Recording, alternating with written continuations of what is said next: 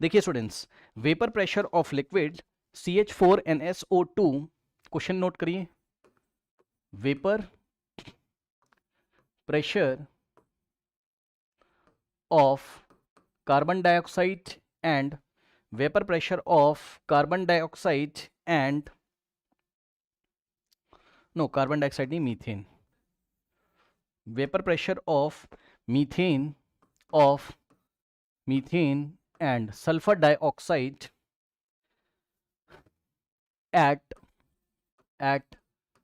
T Kelvin temperature is P1 and P2 at T Kelvin temperature is P1 and P2 atmospheric respectively. Okay, respectively.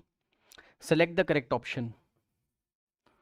Select the correct option. चलिए, option A is P1 is greater than P2.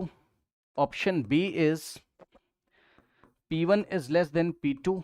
Option C is P1 is equals to P2 and option D is P1 is equals to 2/3 times of P2. ठीक, yes, इसमें कौन सा option होगा बताइए। देखिए अभी अभी हमने पढ़ा था क्या कि वेपर प्रेशर, ठीक, VP means vapour pressure is inversely proportional to attraction force. Vapour pressure is inversely proportional to attraction force, ठीक, ओके। और अट्रैक्शन फोर्स किसमें होता है? अट्रैक्शन फोर्स किसमें ज्यादा होता है? पोलर में। पोलर में आपका, ध्यान से समझिए, पोलर में आपका अट्रैक्शन फोर्स ज्यादा होता है। तो पोलर में अगर अट्रैक्शन फोर्स ज्यादा है तो वेपर प्रेशर आपका लेस होगा, correct. And attraction force in non polar, ठीक है, नॉन पोलर में अगर आप जाएंगे तो नॉन पोलर में आपका अट्रैक्शन फोर्स लेस होता है। तो अट्रैक्शन फोर्स नॉन पोलर में लेस, तो वेपर प्रेशर आपका ज्यादा होगा, करेक्ट।